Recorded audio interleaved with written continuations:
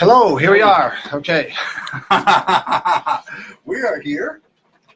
Don't know how we got here, but we got here. So we are here, and we are live. We are live, and we are going to talk about suicide. Yes. Very unpleasant, Yes. difficult talk. I'm Dr. Chuck Misja. I'm Dr. Michael Misja. This is not my suicide attempt, just in case you're wondering. Some people are thinking maybe it was, but it isn't. So some people thought that might not be a bad idea for me. No, just kidding. Just kidding. So, right. Yeah, we're going to talk about suicide today, Chuck, because got a study last week. A lot of you guys probably read the study. So it's in the news everywhere about the incredible rate, the increased rate of suicide over the last 17 years, 1999 to 2016. Yes, so I read a statistic in 1999, 30,000 suicides. In 2016, 45,000. Just staggering. Amazing. Staggering numbers. Sure. But I'll tell you, Mike, the thing that stood out to me more than anything else was that there are twice as many suicides as there are homicides. I had no idea. Yeah. That blew me away. Yeah, we hear about the homicides. Of course, that's the big spectacular news, and there's a bunch of them. Yes. But you think you have time to read the Cleveland papers. Somebody was shot on the east side, somebody was shot on the west side, and think, but why do you think that is? Why do you think that we don't hear as much about suicides as we do about the homicides? Well, I think there are activist groups that are very energized by the so-called gun violence, wherever you stand on that. It makes for spectacular news when there's drive-by shooting and some innocent kid just minding their own business gets shot. That's terrible. And I think that there's something of a stigma with suicide. We don't like to talk about it. True. It's a very difficult thing to understand. We're going to talk about that today, about how to understand it, how to think about it, what you can do about it. But boy, right at the outset, man, I want to make it clear, like, this is a tough one. This is tough in every way. In every way, shape, or form. But as Christian counselors and Christian psychologists, this is something that we have dealt with for a long time. Yeah. And it's I don't know that we talk about it well in the church or understand. Because look, Chuck, we love the Lord. The Lord lives in our lives. He gives us hope. We're going to be with Him forever in eternity. So things, we go through some tough times, but shouldn't God be enough? I mean, even to the person who's struggling most with despair, you just lost a job, you just lost a relationship. Shouldn't God be? We're the temple of the Holy Spirit. Should that Holy Spirit inside us just be saying, "Hey, I love you. I got an eternal destiny for you. Keep going. I'll call that when you're going to die, not you. Life is still worth living because I'm in you and you have a hope that can't go away." That should be enough. But we know that that's not always the case. In Isaiah 55, the Lord is speaking to His people, and He says, "Come to the waters and drink. Those of you who are hungry, come and eat. Come without price, come without cost, and eat and drink to your satisfaction." And that's a very comforting verse. Yeah. But then there's one after that, Mike, and it says, "Why spend your money on food and drink that does not satisfy?" So you're getting towards these two people who committed suicide last week, the Anthony Bourdain and the lady, I forget her name, Ann Spade, who by all accounts were doing great. They had it all. I mean, I watched one of his episodes last night. I saw the first one on Burma. Hey, his stuff is really, really good. It was on Netflix. I mean, man, I was right there because I've been, in some of those countries, and you feel like he's right there. And this guy had it all. I mean, this guy, talented guy, bright guy, fun. People always want something with him. So he's, in some ways, you say, this is a man for all seasons. He has so much going for him, and he takes his life.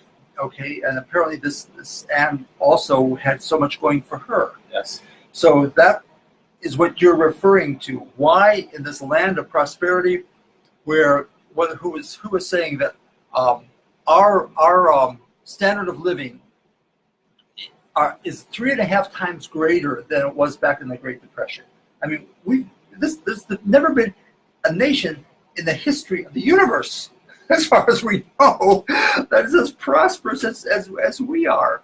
And yet, so many people are just saying there's something that it's my life is not worth living. Why? I remember, Mike, when you came back from one of your missions trips, and I forget, you've been on a lot of missions trips, and I forget which country it was. There was a hot country, I remember that. It was hot. There are lots of hot countries. And I remember you coming back saying, you know, their standard of living cannot compare with the United States. They don't have 2 cars, they don't have air conditioning, they don't have all these amenities that we strive for and sacrifice for and work so hard for. And you said, they're happy. They're happy without stuff. Amazing, and I remember that. Well, it was amazing, and I was thinking, boy, how much have we bought into that? We as Christians, we in Western culture, we in the United States, bought into the notion that stuff or things are going to make us happy. That's the key. Yeah, you know, as we're talking, my mind's going in a lot of places, and we could talk for hours and hours on why stuff doesn't satisfy. I'm not sure it's the stuff.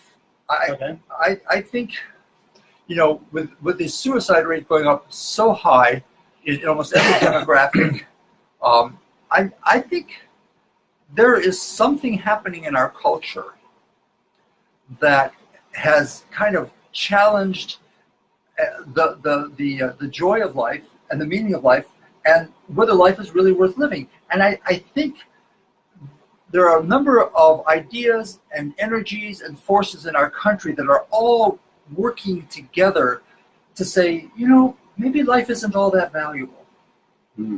Maybe life isn't really all that worth living unless I'm ultimately fulfilled and happy. But then what will fulfill me and make me happy? So meaning there's no significance beyond myself. Well, in one of the articles I was reading in preparation for our Facebook Live today, the writer was talking about the celebration of autonomy and how autonomy in all its versions has become our modern day God, if you will. I am going to be in charge. I don't want to be married, that's for sure, because that would tie me down. Or maybe have kids, either. Well, I'll get a nanny. Okay, we'll take care of that. And I want to have a career that gives me lots and lots of freedom. I want to have virtually no constraints. And the author made a really good point. He said, we're not created for autonomy. We're not created to be isolated. We are created for community. We are created for relationship. We read that in Genesis. It is not good for man to be alone. Man needs a helpmate. We are created for relationship. But the point that he didn't say it exactly this way, but I think I can extrapolate from his article that suicide is the ultimate autonomy. I will decide when I die. Not God, not the doctor, not the judge. I will die on my terms. That's where I'm saying that's one of the forces of culture, the death with dignity. Yes. The assisted suicide and all that, saying that there's something about my ability to manage my death, my level of pain, my existence, that like you say, it's the ultimate autonomy, and I have a right to that. Yeah. And so again, do I value existence, my life, beyond my own ability to enjoy it? And if I'm in massive pain, whether that be emotional pain, psychological pain, spiritual pain, financial pain, relational pain, if I deem that is not worth facing and coexisting with, then the ultimate autonomy is I have a right. Maybe it even makes sense for me to end my pain because I am ultimately in charge of my life. That's it. That's it for many people. That's not it for everybody, but that's it for some. You know, I tell people who come into my office, Chuck, sometimes who are seriously contemplating suicide. I mean, there's a suicidal ideation. Let me go back a little bit. So let's go through some ABCs here. A lot of people think about taking their lives because in some ways suicide can make sense on one level because it will eliminate one level of pain.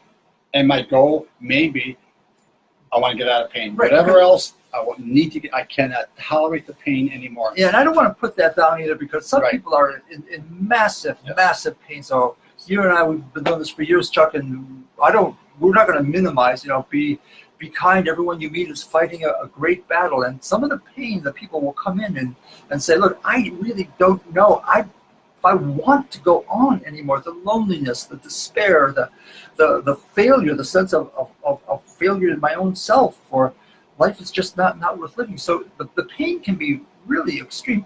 With mental illness, the pain can take an unrealistic dimension as well. So people come in, and so suicide is a short-term solution, a long-term solution to a short-term problem is one way to look at it. And so, but it makes sense. I will be out of pain. Why not? Well, so that's a lot of the work of counseling and psychology and certainly spiritual growth, Chuck, is to say, well, there's a lot of reasons why not. And one of the reasons I often give a person is to say, if there are people who love you and you want to destroy their lives, one of the best ways you can do it is to take your own life, because they will never recover. And you and I know, we're going to point to this couch, this right over here. People sit on this couch and say, my son, my daughter, my husband, my wife, my parent took their own life, and it colors the rest of their life. They never truly recover from that. So it's never an isolated act as much as a person might think that it is. Yes.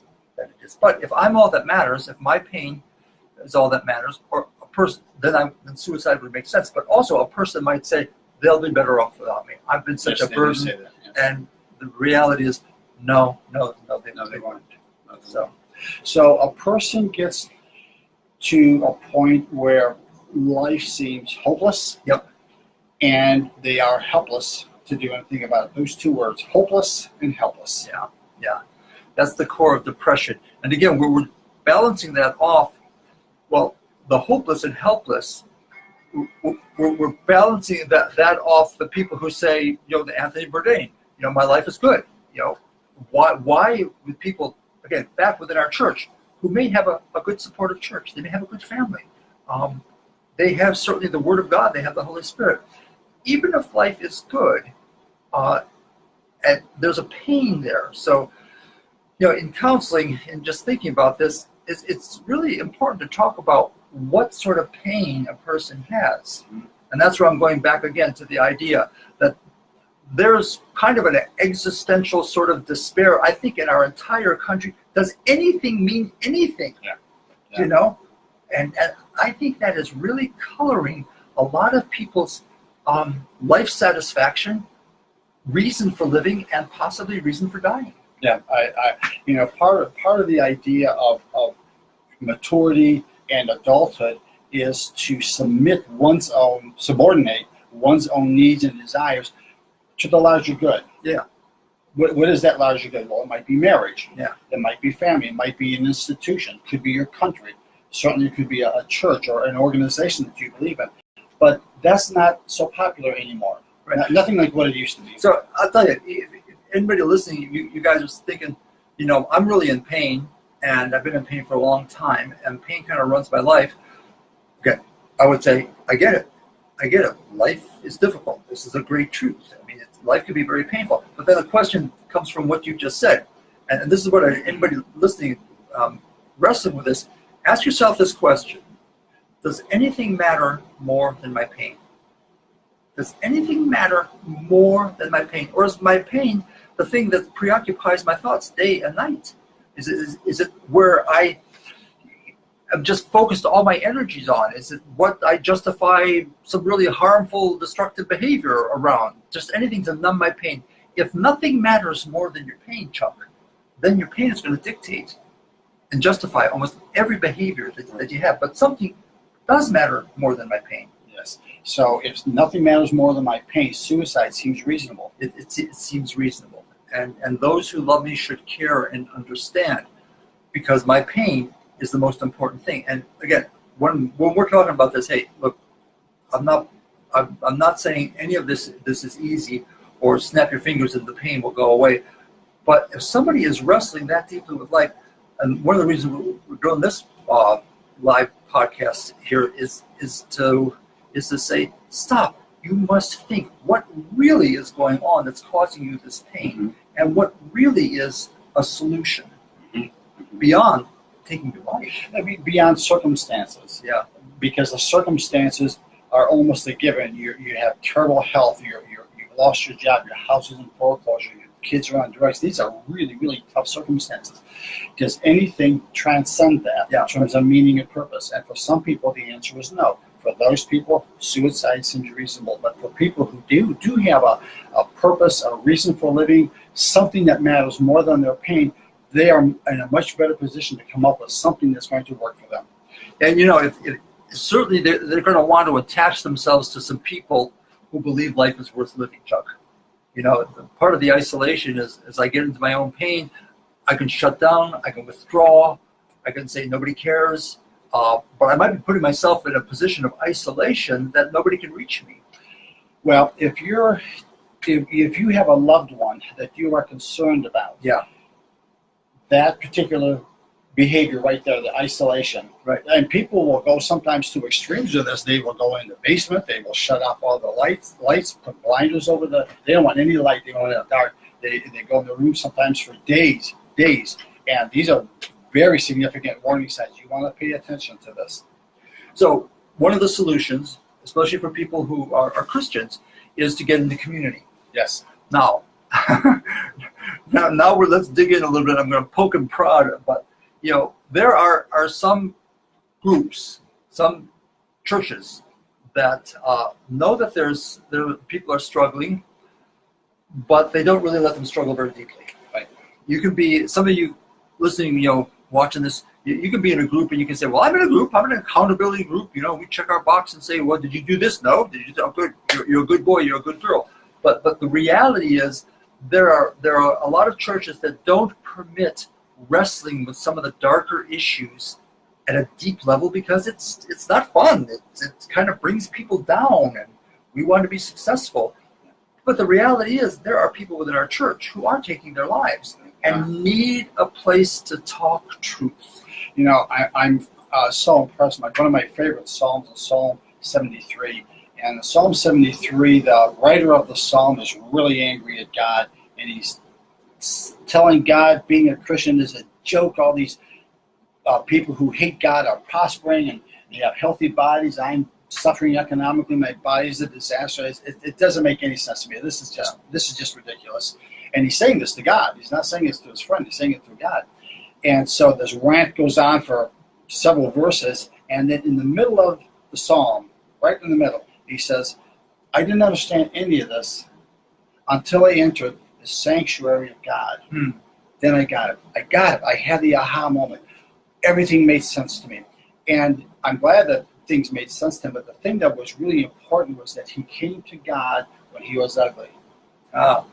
He was messy. He was messy. It was a messy. mess. It was a disaster. And God provided a sanctuary for him. So our churches, our homes, our marriages, our relationships, there needs to be that aspect of a sanctuary. I'm going to tell you, you need to be able to go to your pastor, to your Bible study group, to your support group, whatever, to the men's softball league, whatever, and say, man, I am in a bad place.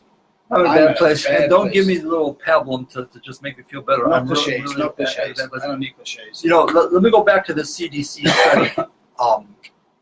One of the things that it emphasized was that a whole lot of people who suicided were not diagnosed with a mental illness. Right. Yes, I saw that. What do you make of that? Well, I think a couple of things, Mike. They said that they qualified. They said something like 50%, 54% are not diagnosed. Not diagnosed. They have it, but they're not diagnosed. Okay, so I have a couple of takes on that. There's a part of me that says that's probably right. That some folks are not diagnosed. They never see a mental health professional. It could be that the celebrity type people just keep it under wraps, and that sort of thing. But to attribute all of that to a mental illness, I think is a big overstatement. I don't think it's a mental illness. I think it's life stressors. I think it's problems sometimes of everyday living, the problems that you have, that I have, that our listeners, our watchers have. Anybody might have them. Misbehaving children, a tough physical situation, whatever it is. Life stressors, and we reach that point of hopelessness and helplessness, and we're not, in a sense, mentally ill in the traditional sense of the word. I think that's another part. But the other part, Mike, is this culture of death that has pervaded our society, and the idea, as I said before, suicide is the ultimate autonomy. It's becoming more and more okay, even fashionable, to commit suicide. That's a part of it. That's probably more than information that you wanted. Yeah. Well, let's put another spice in the pot here, and that is they went through different age groups as far as who was committing suicide, and the women between 45 and 54 were up 50%. Nevertheless, they're still at a far lower rate per 100,000 deaths than men are. Men by far, at least 3 to 1, commit suicide more often than women do. And so the question is, why? Yeah. Well, one thing we may want to throw in there is those are completed suicides. Those are not necessarily suicide attempts. Right. And the reality is that men are far more likely to be, unfortunately, successful in a completed suicide attempt, whereas women may attempt suicide, but they don't die. Yeah. I'm looking at some of these statistics here, and we're not going to do it all in this one little thing here, but I mean, there are. This just raises just tons of questions. For the highest rate of suicide is among American Indians, but the next one is white males. White males, by far, over Hispanics, over blacks, over Asians, by far.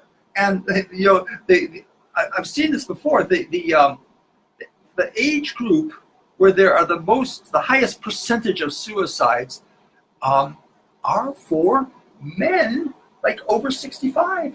Wow. It's an amazing thing. White men over 65. And we could go into that when we do more men's stuff, because we're going to do more men's stuff on this program. But there is a despair within a whole bunch of men as they get older. And yeah.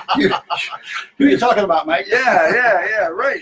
Because the simple thing is, life just hasn't worked out the way they want, and they're realizing they're declining. I wouldn't know what that's like, and they're not the stud they used to be, the athlete they used to be, or the pastor they used to be, or whatever. And I'm not sure we are helping men come to grips with this, especially, white men. I mean, that's white men are not real popular in the mainstream media perception of what is valuable today. And so I wonder if that has any effect on guys as they grow older. But again, it's just interesting who is committing suicide. Again, we can dig into that a little bit more. We're winding down our time, Chuck. So we do want to say, look, we're kind of going back and forth around this. There's so much to say. It's a very serious problem. If you have somebody who's shutting themselves down, if you are shutting yourself down, if you're going beyond, well, I'm kind of thinking of ending my life, to actually there's a plan, and then there's a means to carry out that plan, get help. Go talk to somebody. Talk to somebody now, right now. Put this down. Go call a friend, call a pastor, call a counselor. If you hear somebody who's doing that, by all means, most people will give a sign. It may be a little casual thing, life kind of sucks now. It just, I don't think, I have a hard time getting up. Tune in. There's signs of despair that people will give, and there's nothing like saying, hey. Yeah, you have to be tuned in. You have to be aware. So you look for changes in your spouse's behavior, in your children's behavior. What are those changes? Are they giving things away that are important to them? Are they isolating themselves? Is there a significant loss of interest? Like on a beautiful day like today, I don't want to go swimming. I just want to stay in the basement. No, that doesn't work. That doesn't make sense. So especially when it's at odds with how they lived their life before. So those would be things. But you got to look. Yeah, you got to look. You have to be aware. That's it. You got to be looking. Got to be listening, and then you got to get involved. Not brush things over. Hey, life is a struggle. It's one of the reasons we're going to be doing this, because we want to bring some hope. You don't have to journey alone. That's the theme of what we do here. But God has resources in His Word, in His Spirit, in His people. But it's okay to look at the stuff that's hitting you that could be tough. There's hope. You don't have to journey alone. So if you have found this helpful, please like and comment it, and most importantly, share it with someone who you think might benefit. We are North Coast Family Foundation. Feel free to give us a call, and we'll see you next Monday. All right. Sounds good. God bless. Bye. Whoops. That's supposed to work. Oh, I gotta do this. Okay. Do we want to end this video? Yes, we do.